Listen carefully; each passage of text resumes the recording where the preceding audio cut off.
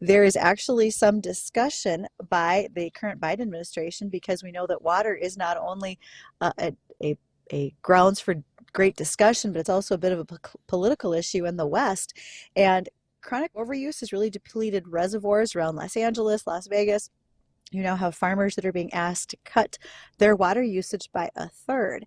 Now, in some situations, the Biden administration wants to allocate money on a per acre basis so those farmers don't actually farm. They want to pay them somewhere around $400 an acre. But the reality is that if they were farming it, they'd be making $450 an acre. So it'd be a $50 per acre loss that the farmers would incur, plus they really wouldn't be farming a crop.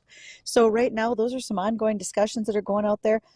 Farmers don't want to give up their cropland, they don't want to give up their irrigation, and they want to continue to produce. And that will affect our food supply because there are crops grown on that Colorado River Basin that do impact the rest of our country.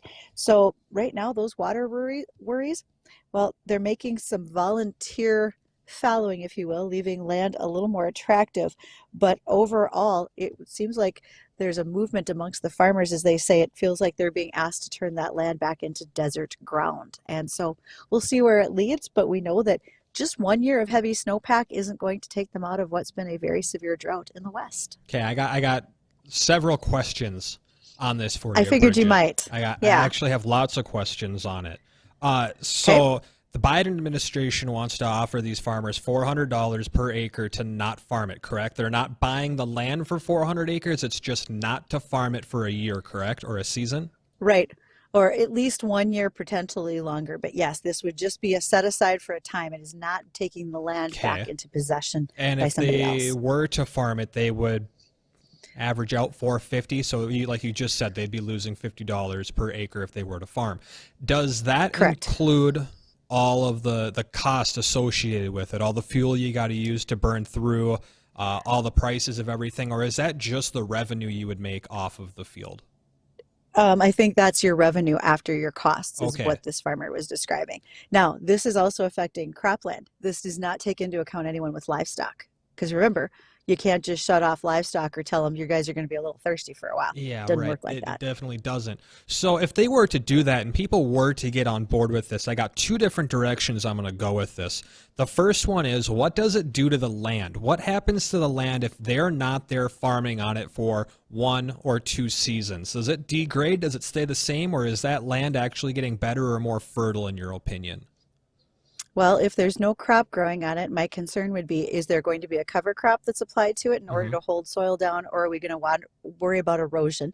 I haven't seen these fields. I don't know if they're in some sort of a no-till practice already that would help them to prevent some erosion. As these farmers mentioned, without a tillable acre, without a productive crop on it, they liken it as into going back to a desert-like status that they were at prior to irrigation out of the Colorado. Okay. And what are some of the things that are usually grown in that area In along that the region, river? Yes. not that this is necessarily a huge corn and soybean area, but they do raise alfalfa for livestock feed. Some Okay. of the corn that's grown there is silage for dairy farms that are in the region. Also, as you get further down into the Arizona area, et cetera, now you start looking at veggie crops, our lettuces, some of those cole crops, et cetera. Also, I think it's important for folks to note that when you talk to these farmers, they don't want to leave their land idle. They would still need to put inputs into it, such as weed control, as well as prevention for erosion, etc. And farmers aren't built to just stand back and let it go. They Well, want to nor make do they sure that they not want maintain to it in the be, best way. nor do they not want to be not busy. I mean, like that's just their Right. whole work ethic is work, work, work, work, work, get it done. You tell someone who has that mindset to not work, just I don't know, go do something else. They're gonna go crazy. I mean, I go crazy when I don't Well, have anything to do. I guess they could all take up golf, but just remember you're going to need to irrigate those courses. Oh, So I guess in my perspective, golf's I'd off be limits too irritated. now. Yeah, if I was on an irrigated course, but I couldn't use irrigation for my farmland, I'd probably be a little upset. Yeah, that'd be a little salty. So the other direction I wanted to take that with what was grown in that area, it, you said a good handful of this is going for cattle and live feed, but with that, in addition to the other, say, things that move into our food chain, how do you think that Hmm. may potentially impacts supplies for us. Well, We've already think kind of about the had to time of worry the about year. this. Oh, absolutely. But think about the time of the year. If there's crop being grown in Arizona when there are other parts of the country that aren't raising it, well, then we'd have spot outages for certain Hmm. timeframes on the calendar because that harvest isn't taking place. That's the first thing that comes to mind for me is you may have that situation where depending on who's harvesting at what point in the year, you Right. may not be able to get the product you want. And I'm thinking about the inflation that we've already been dealing with when it comes to produce and even just Yes. on the ranching side of things to buy feed and silage and all that for your ranch and operation. That's been going up. And if they're gonna do that, obviously it's dependent to what scale that this is implemented on.